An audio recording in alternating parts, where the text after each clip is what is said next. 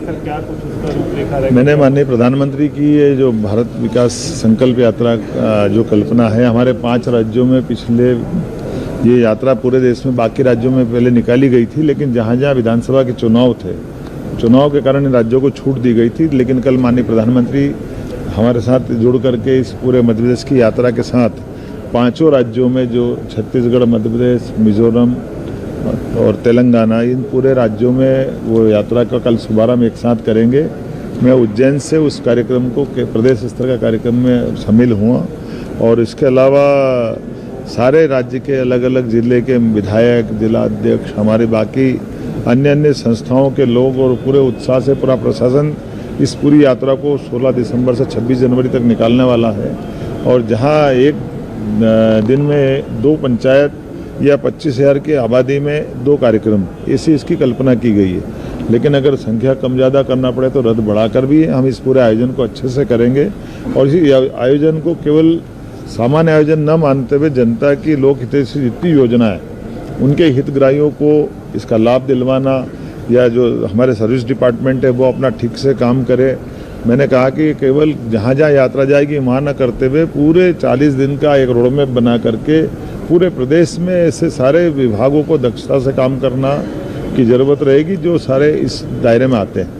तो state government ये माननीय प्रधानमंत्री जी के इस अद्वितीय अभियान का स्वागत करती है और हम सब मिलकर के उन पूरे अभियान को सार्थक करेंगे। जो भी लैब्स है कोई निर्देश दिया आपने प्रदेश में, कोई लैब्स जो है प्रदेश में उनको लेकर कोई दिशा निर्देश?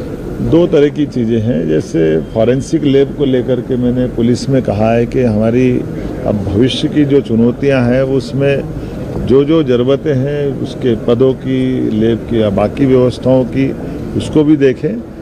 मैं साथ ही साथ रास्ते में जब लौटा था तो एजुकेशन डिपार्टमेंट में भी गया था, तो उनकी लैब और उनकी चीज़ों के लिए भी कहा है कि जहां आवश्यकता लगेगी उच्च शिक्षा विभाग में भी सरकार पूरी मदद करेगी। सर, सत्र शुरू होने वाला है, मंत्रिमंडल को लेकर कयास लगाए जा रहे हैं। ये मेरा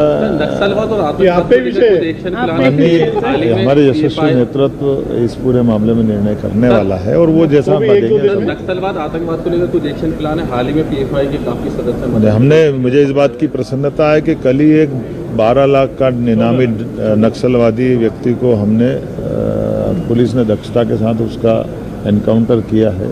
और ऐसे किसी हालत में हम किसी प्रकार की गतिविधियों को बढ़ावा नहीं देंगे, खास करके नक्सलवादी क्षेत्र में भी।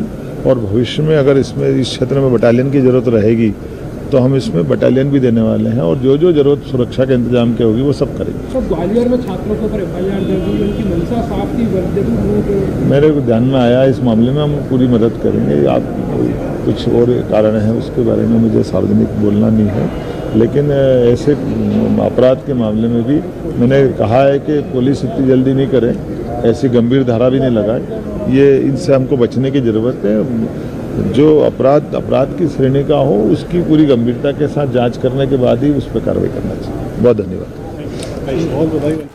तो मध्य प्रदेश के मुख्यमंत्री मोहन यादव तमाम महत्वपूर्ण मामलों पर जानकारी देते हुए विकसित भारत संकल्प यात्रा के रोड मैप को लेकर उन्होंने जानकारी दी और साथ ही कैबिनेट विस्तार को लेकर भी उन्होंने कहा कि हमारा यशस्वी जो नेतृत्व है वो इस बात को लेकर आगे तय करेगा।